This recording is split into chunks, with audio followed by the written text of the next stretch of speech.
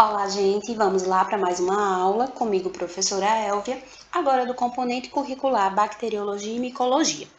Antes de adentrar nas especificidades de bactérias e fungos, primeiro vamos entender o que é a microbiologia. Bem, o que é microbiologia? Microbiologia quer dizer estudo de micro-organismos. Então, esse termo, ele surge como para exemplificar, para denominar, na verdade, uma grande área, que é a área dos micro-organismos. E aí ele vai se subdividindo em pequenas áreas, a partir das especificidades de cada grupo de organismos, né, de micro-organismos. A gente tem ainda duas vertentes, que é a microbiologia básica e a microbiologia aplicada. Quando a gente fala de microbiologia básica, é aquela que busca analisar os processos fundamentais da vida. Qual vida? A vida dos micro-organismos. Então, sua morfologia, seu metabolismo, nutrição, quais são os fatores que permitem que esses micro-organismos consigam viver em determinadas condições ambientais.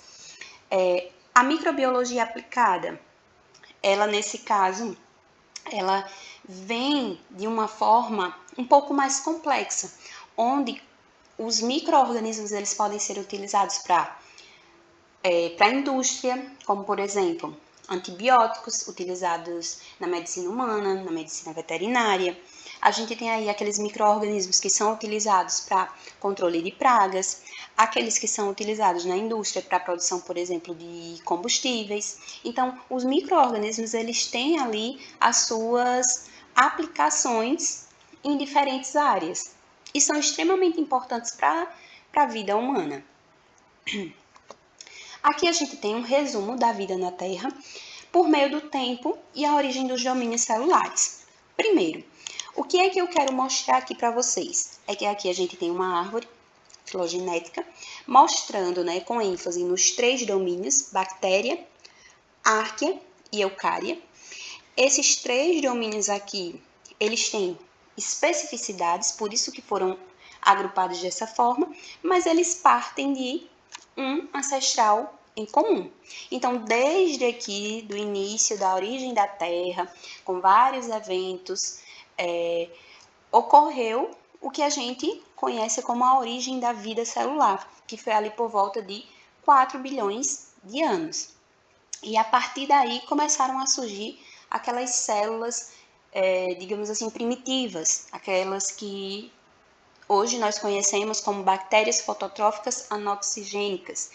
Essas bactérias elas utilizam o foto, né, que vem de luz, elas utilizam a luz, mas não utilizam o oxigênio. Então, a partir delas, houve, né, o surgimento de outras bactérias que utilizam oxigênio.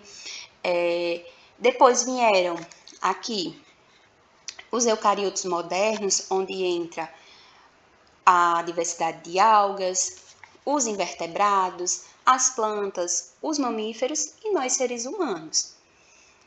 Mas aí, como que é feita a classificação dos organismos? Como eu já mencionei anteriormente, através de domínios. A gente tem o domínio bactéria, árquea e eucária. Bactéria e árquea, que são procariotos, e eucária, que são os eucariotos, ou seja, são aqueles que possuem células com núcleo individualizado. E olha os fungos aqui, que é um dos temas, né, que nós vamos estudar ao longo das nossas aulas, tanto bactérias quanto os fungos. E aí, dentro, né, da evolução das espécies, dentro do desenvolvimento das espécies, a gente também conta com essa evolução também das células, desses seres que são unicelulares, como por exemplo as bactérias, e dos fungos, que temos alguns fungos que são pluricelulares e também temos aqueles fungos que são unicelulares. E aqui a gente tem uma relação filogenética dos procariotos, que aí seria o domínio bactéria e o domínio árquea, porém eles acabam ficando agrupados distintamente por conta de suas características. E aqui a gente tem algumas delas, que é o tipo de célula, se contém ou não parede celular. Por exemplo, a bactéria, ela tem essa especificidade de conter peptidoglicano, que é algo que determina que aquela célula é uma bactéria. Aqui a gente tem a questão das condições aqui voltadas para o material genético desses grupos, desses domínios, e aí são extremamente importantes para classificá-los. Como, por exemplo, aqui, ó, RNA ausente nas arqueas, mas existe na bactéria, existe no domínio eucária. Aqui a gente tem ainda a questão da parede celular. Vai variar de acordo com os seres vivos. Tem seres vivos que não possuem parede celular e tem outros que contêm. Aqui nas bactérias, como eu já mencionei anteriormente, peptidoglicano, árquea vai variar. Então, qual é o nosso objeto de estudo? O domínio bactéria, né, alguns representantes, e aqui eucária com alguns representantes dos fungos, que aí seria a nossa área de micologia. Aqui a gente tem ainda a comparação das células procarióticas e eucarióticas. Nós temos aqui que a célula procariótica é aquela que ela possui, né, um DNA circular, às vezes linear. Já a célula eucariótica, esse DNA é linear. A gente tem a questão aqui dos ribossomos, que isso vai ser algo muito interessante futuramente, porque a gente vai observar que mesmo sendo células, sendo seres, né, unicelulares, eles também produzem proteínas, eles também precisam aí dessa atividade metabólica para que essa célula funcione. Aqui a gente tem, por exemplo, o crescimento, né, que ou seja, a reprodução.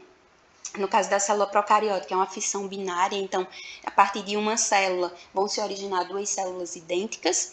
No caso da célula eucariótica, a gente tem aí a mitose, que é também a partir de uma célula vão surgir duas células idênticas, mas tem ali fases diferentes que serão vistas em outro momento. E a gente ainda tem algo bem interessante, que são as organelas.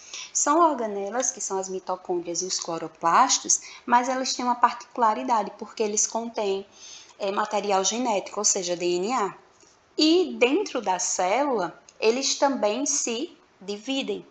Então, eles se dividem através de fissão binária. Então, como se eles se partissem, e uma parte de um vai para uma célula e a parte do outro, e a outra parte vai para a outra célula. A gente tem aqui basicamente um modelo de origem dos eucariotos. Então, a gente tinha aí uma célula ancestral que originou as bactérias. A partir dessa célula ancestral, as árqueas. A partir dessa célula ancestral, as eucárias, né, que são os eucariontes. E aqui a gente tem que, a partir dessas bactérias, houve ali uma evolução, onde houve a formação dos cloroplastos e das mitocôndrias. Por que surgiu o cloroplasto? Porque através do cloroplasto era possível ocorrer o processo de fotossíntese. Ou seja, não necessariamente que a bactéria vai fazer fotossíntese, mas ela vai conseguir captar a luz. E a partir dessa captação de luz, ela vai poder utilizar para processos metabólicos. A mitocôndria seria, neste caso, para quê? Para a produção de ATP. O que é o ATP? Energia. Energia para quem? Para a célula, para que a célula consiga manter-se com suas atividades. E aí, a partir, né, da origem do cloroplasto, da mitocôndria, através de um processo de endossimbiose, surge aí também essa evolução dentro dos eucariotos. Então, essas organelas, elas conseguem adentrar nessas outras células, que seriam as células eucariontes, e aí que são células que têm aqui, ó, um núcleo, né, individualizado, e aí elas, através desse processo de endossimbiose, essas organelas, elas conseguiram adquirir também material genético. E por isso que elas também são tão importantes para evidenciar algumas características das células.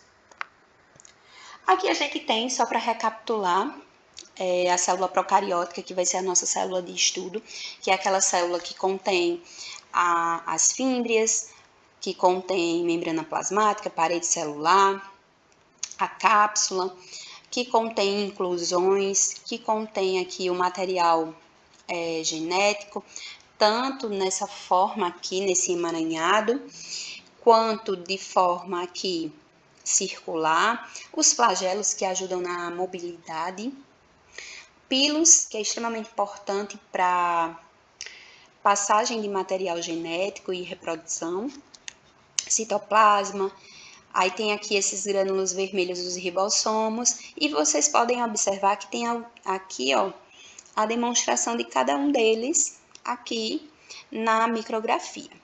Aqui a gente tem agora as células procarióticas, aqui é uma divisão, célula vegetal e célula animal. Então vejam a riqueza de organelas que tem aí numa célula eucariótica. Então ela é extremamente distinta de uma célula procariótica.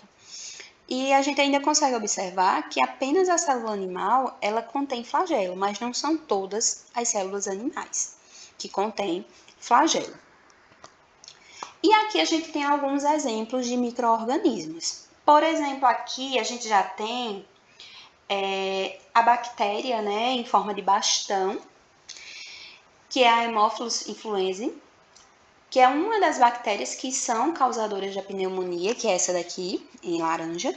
A gente tem aqui essa outra imagem com essa região aqui em cinza, é o mucor, que é um bolor comum de pães. Então, aquilo que a gente vê nos pães meio esverdeado são essas estruturas aqui, que é um tipo de fungo.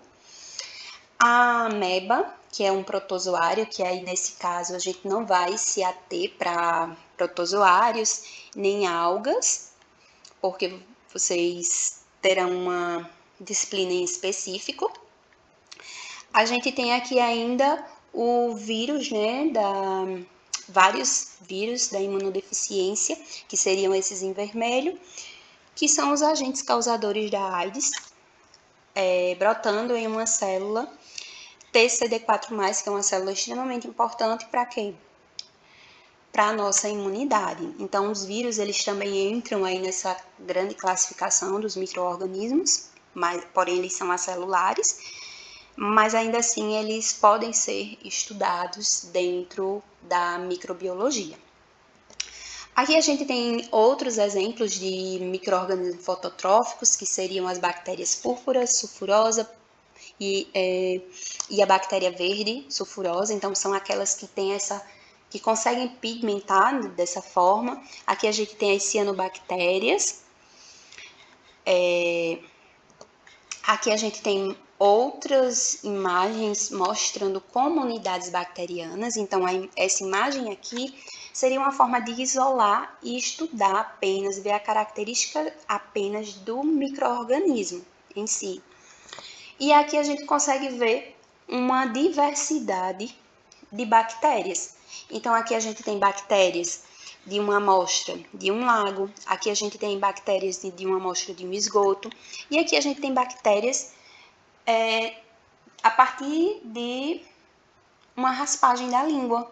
Então, a gente consegue observar que as bactérias, elas estão em todos os locais. Então, se eu fizesse uma pergunta para vocês, de forma rápida, onde os micro-organismos estão? Eles estão em toda parte. Desde o meio ambiente, onde a gente toca, ou o nosso próprio organismo. Na boca, no intestino, em todas as partes do nosso corpo a gente pode encontrar bactérias. Existem aquelas bactérias que são extremamente importantes, que elas fazem com que o nosso organismo ele funcione da forma como funciona. E existem aquelas que vão ser as patogênicas, ou seja, aquelas que podem causar algum tipo de infecção. E aqui a gente tem outro exemplo bastante interessante, que são os micro-organismos na agricultura moderna.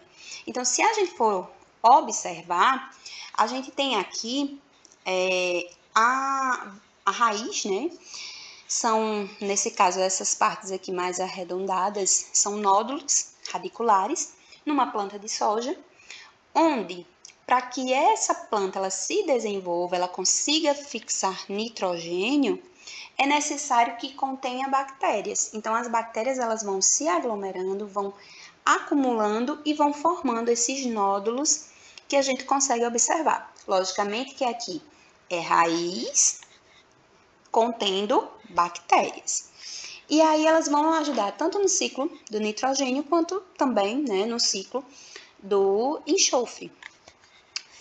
E aqui a gente tem uma imagem, né, de um animal ruminante, como por exemplo aí a vaca, que ela tem esse processo aqui de fermentação em seu organismo, e isso acontece através das bactérias que tem dentro do sistema digestório desse animal. Aqui nós temos a microbiota normal, como eu já mencionei, que no nosso corpo a gente tem em 3 partes em específico, que é na região da boca, intestino e genitália. Nós temos uma microbiota já bem pré-estabelecida, que são extremamente importantes para quê? Para manter aí o nosso organismo funcionando fisiologicamente bem. Aqui a gente tem o trato gastrointestinal, vai desde aqui ele mostra o inferior, né? Onde tem o estômago e o intestino delgado e o intestino grosso. E aqui as bactérias que estão presentes no intestino grosso. Então, a gente consegue observar cada estrutura dessa aqui é uma bactéria. Então, são bactérias importantes para quê? Para manter a nossa digestão fisiologicamente funcionando bem. Nós temos ainda exemplos, né, de alimentos que são fermentados. Então, existem aqueles alimentos em conserva, como por exemplo aqui o picles, e aqui a gente tem o vinho, o Danone, né, que é o iogurte. A gente tem aqui o queijo. Então, eles são feitos à base de fermentação. O pão que chega nas nossas mesas todos os dias, para poder que ele fermente, é necessário que exista um micro-organismo. O que é esse micro-organismo? Uma levedura, um fungo. Então, muitas vezes a gente não tem noção da importância que os micro-organismos têm para o nosso dia a dia. Aqui a gente tem ainda os micro-organismos, né, no processo de fermentação para a produção do biocombustível. Então, vem ali o açúcar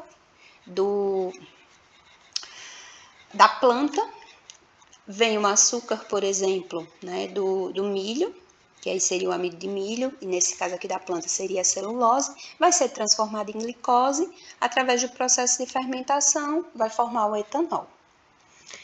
E aí, a gente também tem outro viés para entender. Cada espécie, ela tem ali uma nomenclatura em específico. Então, a gente tem, por exemplo, vou falar só 2 daqui. A gente tem a Salmonella entérica, que é uma bactéria. Para poder ela receber esse nome, ela tem que ter ali características iguais a outras. Então, Salmonella seria o quê? O gênero. Entérica seria o epíteto específico. Então, é algo que a determina ser diferente. Então, a salmonela vem de Salmo, né? Daniel Salmo, que foi o estudioso que a descobriu. E a entérica, o termo, né, entérica, quer dizer entero, que vem de intestino. Então, é uma bactéria que ela pode ser encontrada no intestino caso ela ele esteja com um processo infeccioso. A gente tem ainda aqui a Saccharomyces cerevisiae, que é uma levedura extremamente importante, é um fungo, onde a gente vai observar aqui a nomenclatura Saccaro, quer dizer açúcar, Myces quer dizer fungo. Então, Saccharomyces é aquele que utiliza açúcar para produzir cerveja, Cerevisiae. Então, cada termo, cada nome de cada bactéria, a gente vai ver que ele tem algo ali nos remetendo ou ao estudioso, ou então a pessoa que descobriu, ou então, de fato, o que significa aquela palavra. E, logicamente, né, ao longo da idade, né, dos anos que foram passando, houve uma idade ouro da microbiologia. Essa daqui é a primeira idade ouro, que foi a partir do momento que cada pesquisador ele ia aprendendo algo novo e aquilo ali era um marco para a ciência, eles receberam prêmios Nobel. Então, por exemplo, Pasteur, ele recebeu o prêmio através da descoberta da fermentação. Aqui, ó, a gente tem também Koch com o processo das culturas puras, que eu vou falar um pouco sobre isso para vocês. Neisser, que descobriu a Neisseria gonorrhoeae, que todo mundo já ouviu falar na gonorreia. Aqui, Koch, que também descobriu o Mycobacterium tuberculosis. Escherichia, que descobriu a Escherichia coli. Então, assim, cada um desses aqui, a gente vê que eles vão até se repetindo, eles foram importantes para algo dentro da microbiologia. A gente tem aqui, por exemplo, Lister, com a cirurgia asséptica. Então, imagine que antes as pessoas elas não tinham esse cuidado para infecção, né, para contágio. E aí, lá por volta de 1867, isso já começou a ser visto com outros olhos, então digno de um Nobel. Aqui a gente tem a segunda e a terceira, né, idade de ouro da microbiologia. Vou enfatizar aqui que existiram pesquisadores, aqui nesse caso, nessa terceira idade de ouro, que eles conseguiram evidenciar algo voltado para a imunologia, então para a imunidade do nosso organismo. Então, eles não se ateram apenas a micro-organismo, mas aqui, essa terceira idade de ouro da microbiologia, ela foi mais para a questão da descoberta do HIV, onde ali por volta de 2010, os pesquisadores eles ganharam o Nobel por isso. A gente tem aqui a questão da edição genômica, ou seja, a edição de material genético utilizado para inserir em vetores, que a gente vai ver isso daqui nas próximas aulas, onde esse material genético modificado ele pode ser utilizado para um medicamento, para o uso ali do melhoramento genético de plantas, por exemplo. Então, assim, essa segunda e terceira idade de ouro da microbiologia foram extremamente importantes para indicar a questão dos avanços tecnológicos em meio à descoberta desses micro-organismos que são infecciosos. Aqui a gente ainda tem alguns, né, dos pesquisadores extremamente importantes, como por exemplo o Anton von Leeuwenhoek, que ele foi considerado o pai da microbiologia, pai da bacteriologia, pai da protozoologia. Então vejam só a quantidade de descobertas que ele fez que deixou com esse legado. Então, a partir de um raspado de sua língua, ele observou que existiam organismos diferentes. E aí, ele observou através de quê? De um microscópio. Então, o microscópio, vejam só o microscópio que ele utilizou. Ele conseguiu fazer aqui, ó, esses desenhos e evidenciar que tinha algo diferente. Diferente daquela célula que já tinha sido observada em outros momentos.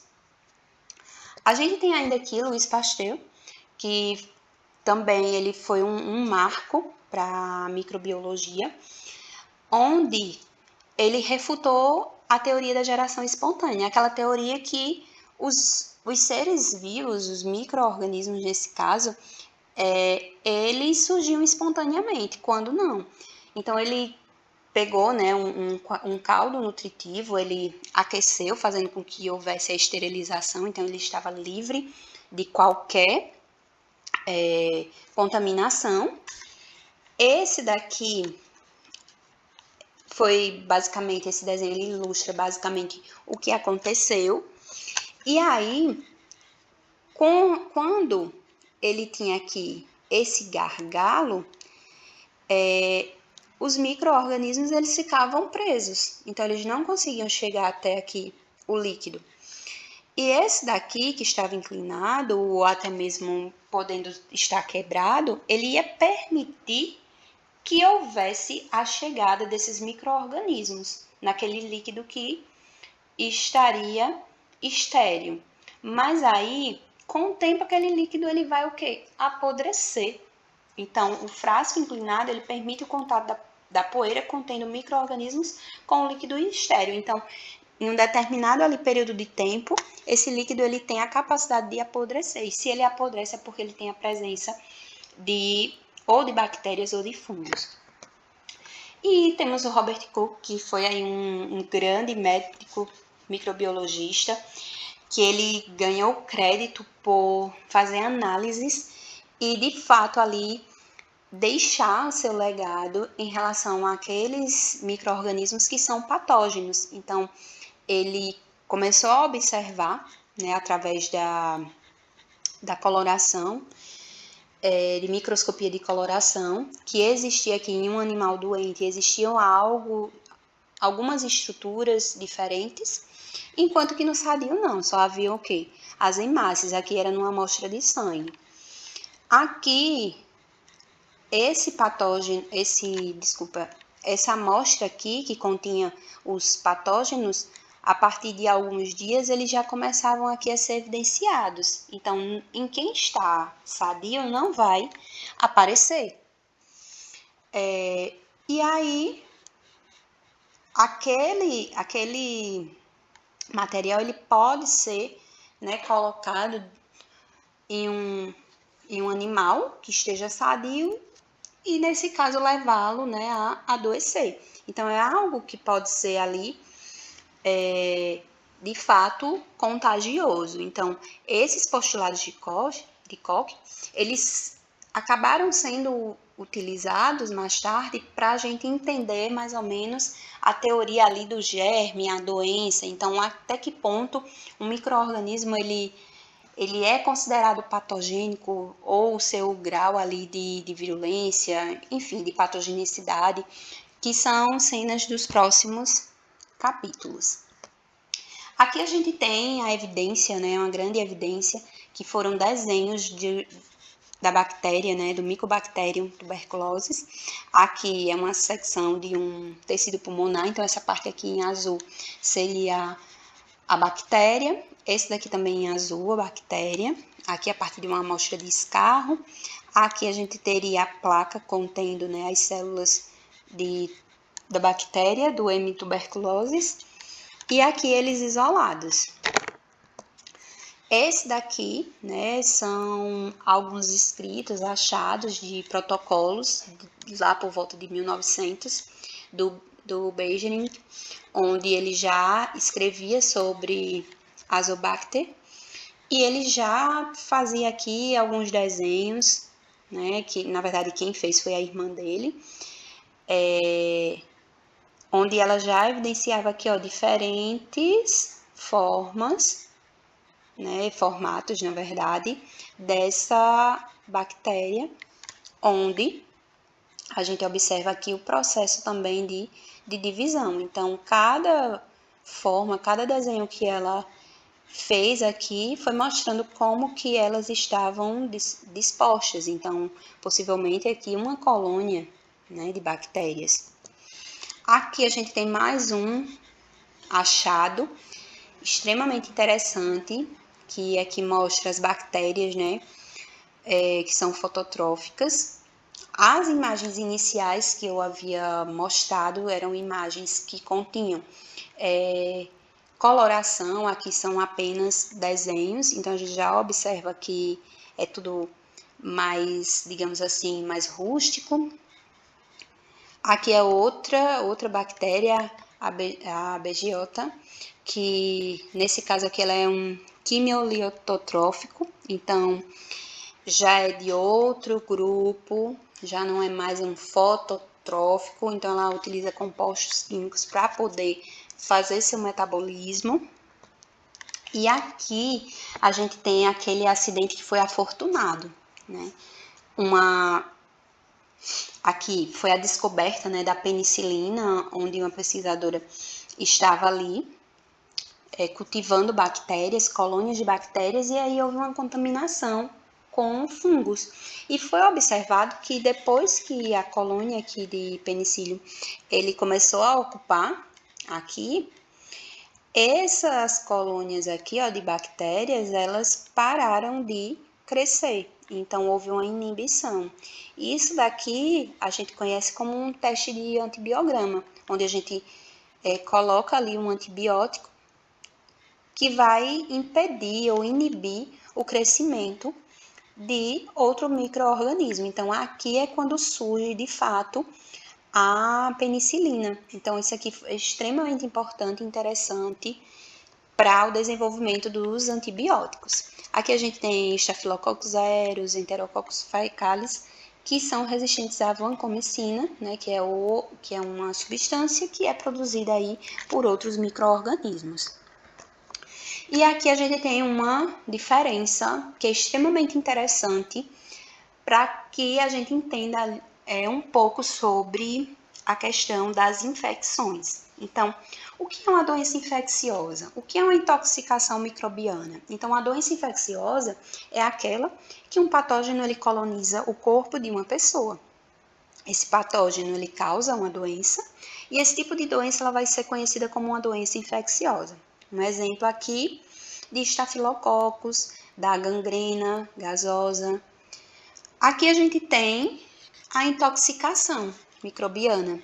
Então a gente tem aqui que um patógeno ele produz uma toxina e essa toxina, quando ela é ingerida pela pessoa, ela vai causar a doença. Então esse tipo de doença ela é conhecida como intoxicação, que aí seria a questão de envenenamento alimentar por estafilococcus, botulismo alimentar. Então, não necessariamente é a bactéria, e sim é o que ela produz. Então, intoxicação é algo que é produzido por um agente infeccioso.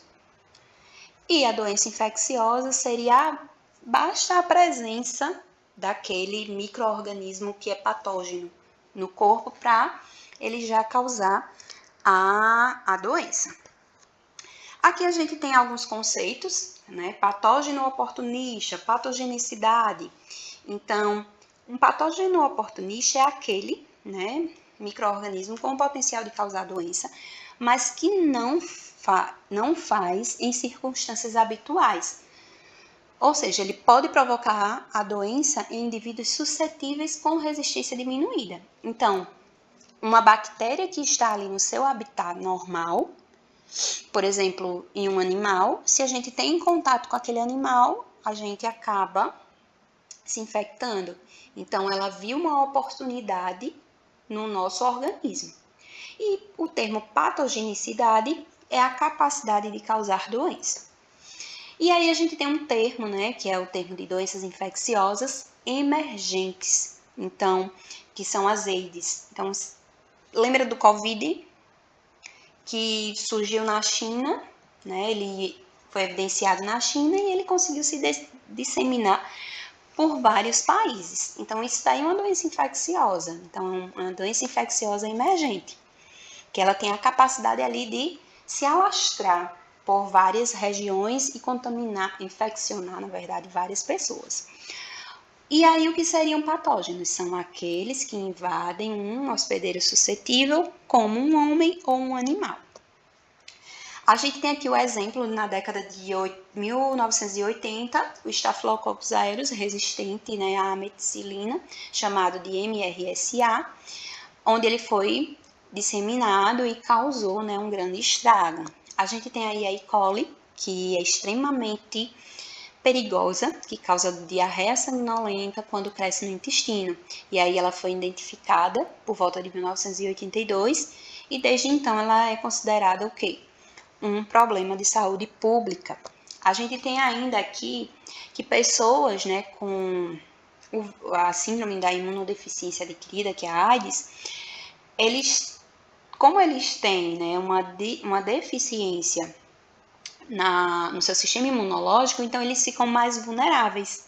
Então houve aí uma época, por volta ali de 1981, que pessoas do mesmo sexo que se relacionavam acabaram tendo um raro tipo de pneumonia, que ela era causada pelo fungo Pneumocystis gyrovese. Então, pessoas com AIDS, elas têm uma imunidade mais frágil, mais debilitada, então elas acabam sendo uma porta de entrada para bactérias e fungos. E aí a infecção ela acaba sendo um pouco mais severa.